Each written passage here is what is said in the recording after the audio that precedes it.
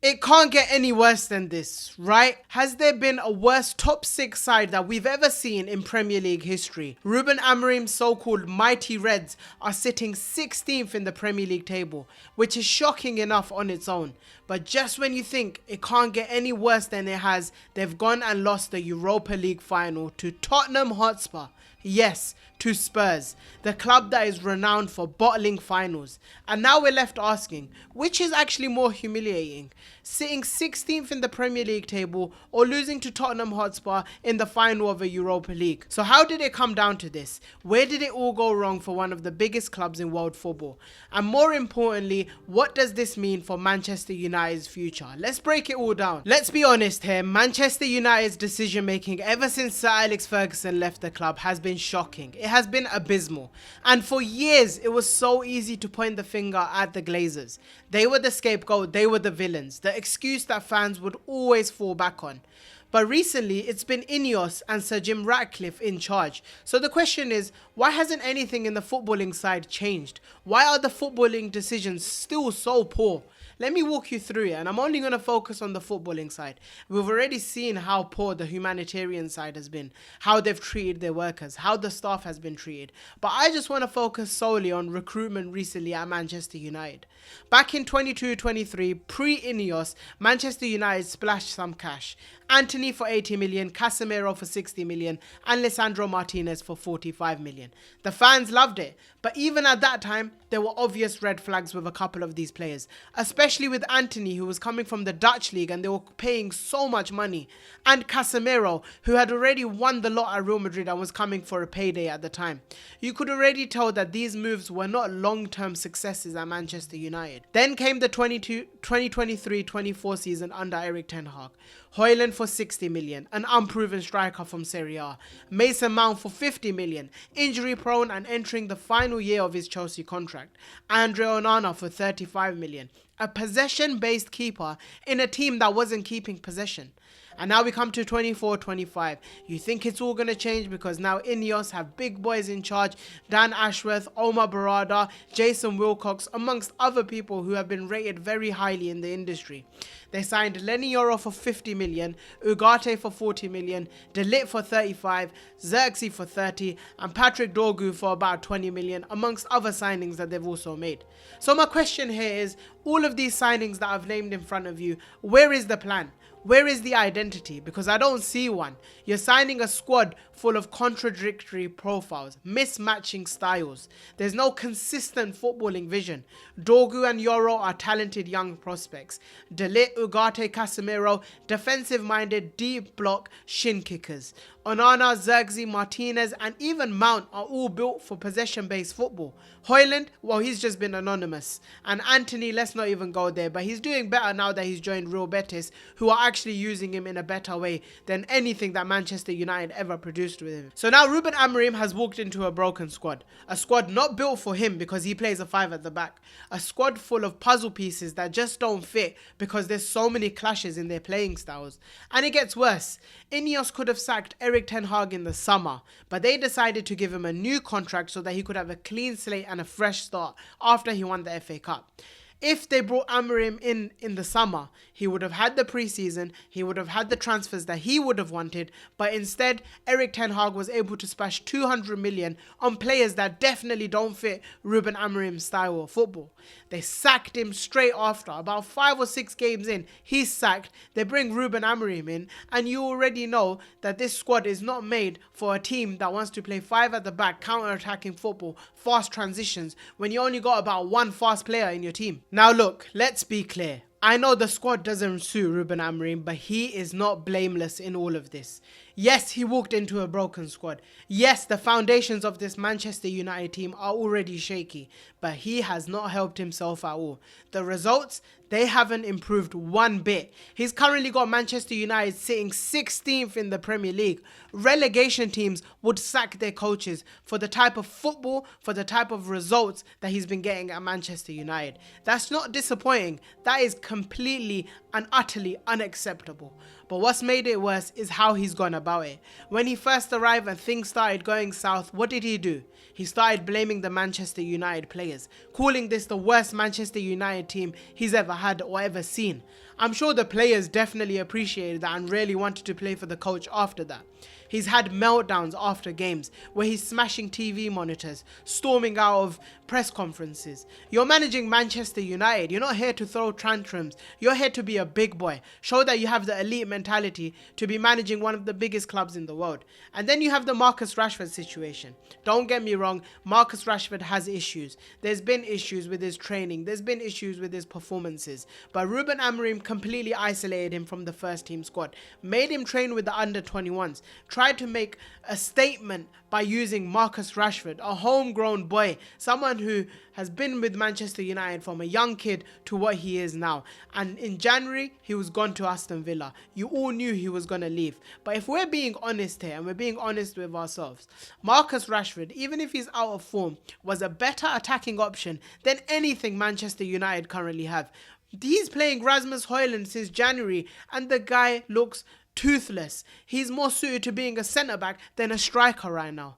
And the biggest issue that I've seen with Ruben Amorim is he has never adapted his style of play. Ruben Amorim has come here, said he wants to use the same pattern that he's had at Sporting, but this isn't Liga NOS, this is the Premier League.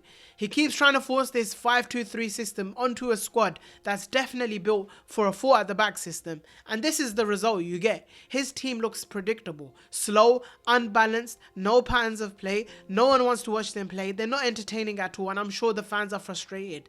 His substitutions and in-game changes, always too late. His best players always played out of position, and he just refused to meet the Premier League on the terms that you need to come to Manchester United, and you need to show that you have the mettle to be a Manchester United manager. And when you combine a badly built squad, a coach refusing to adapt, players playing out of their roles, alienating key figures in the football club, you end up with what you've got now, an incohesive mess of a team that lacks identity, structure and quality, a team that doesn't look coached, and a club that looks finished. And then we enter the Europa League final, the last chance for Ruben Amorim and INEOS to salvage something from this disaster of a season that they've had. When the lineups came out, you could argue that Ruben Amorim finally had his best 11 available. He had a very good squad of players to choose from. It looked solid, balanced, and against the Spurs side, when you think about it, who were missing their number 1, number 10, they were missing their second choice number 10, and their third choice number 10 because Lucas Bergvall was also injured. So on paper, Manchester United were definitely looking like favourites because they had that individual quality over Spurs. But from the very first whistle, the football was dire. From both teams, to be fair. But no one expected it from Manchester United. This was a team with more experience, more talent, and more on the line. And yet they completely looked lost. And let's talk about some of the decisions that Ruben Amorim actually took. Mason Mount started in one of the number 10 roles and was completely ineffective. So why wasn't Garnacho, someone who was so good in the Europa League run they have had, the biggest Manchester United attacking threat, used instead? Bruno Fernandes, who had been one of the few bright sparks under Ruben Amorim so far under his career at Manchester United, was randomly moved into the double pivot. Why? He'd been thriving in that number 10 position. Amad Diallo, another success story under Ruben Amorim, barely had a touch in the game. He was closer to Mazraoui than he was in that right wing position. And up front, Højlund was invisible. Again. So what was the point in starting him? Again, Ruben Amorim consistently played him as the striker. But okay, maybe that happens. Because let's be honest, when the lineups did come out, everyone was happy with the lineups. No one had any complaints. Players can have off days and finals can be tight. But the real issue was Ruben Amorim's response to that game. Everyone watching the game knew something had to change at halftime. But Ruben Amorim, he waited until the 71st minute to bring on Alejandro Garnacho and Joshua Zirkzee. And he still stuck with that 5 at the back. And to add insult to injury, he brought on Kobbie Mainoo in the 88th minute. 88th. Let's not forget, Garnacho and Mainoo were superstars in the FA Cup final under Erik ten Hag against Manchester City. A big stage performance already in the bank. We've seen Kobbie Mainoo come on the pitch, have excellent cameos for Manchester United, even in recent games, and yet he allowed him to come on in the 88th minute, which was the only time he actually moved away from that 5 at the back formation. Besides a Van de Ven goal line clearance, which by the way was absolutely brilliant, and I wish I could touch more on Tottenham, who were brilliant in their box defending in that game. I can't remember a moment where Manchester United genuinely looked like scoring, and they lost to Tottenham Hotspur. the only side above the relegation zone and below Manchester United. They're literally sitting 17th in the league. They've been losing game after game and they're known for bottling finals. That right there for me has to be the nail in the coffin for Ruben Amorim. But what does this actually mean for Manchester United going forward? Because I've seen a lot of people talk about the repercussions that Manchester United could see, and I feel like this is going to have a massive negative effect to Manchester United, especially when it comes to the transfer window. Champions League qualification is everything for some footballers. It gives Manchester United more financial freedom when trying to attract elite talent, but now that's gone. And this is INEOS we're talking about. They have a history of when things are bad and things are down, they look to austerity. They look to cut spending completely. So if they take that conservative approach this summer, Manchester United could genuinely be in massive trouble, especially when you think about some of the strikers they want. Victor Gyökeres, if he has a choice between Man United and Arsenal, he's of course going to choose Arsenal instead of Manchester United. And then comes the Ruben Amorim question, which is massive for INEOS going into the summer. Do you stick or twist? Based purely on results, he has to go. He deserves the sack. But if you look and zoom out a little bit and look into the context, you might have a reason to keep him for another season. And if they do, then they have to build a squad around his system.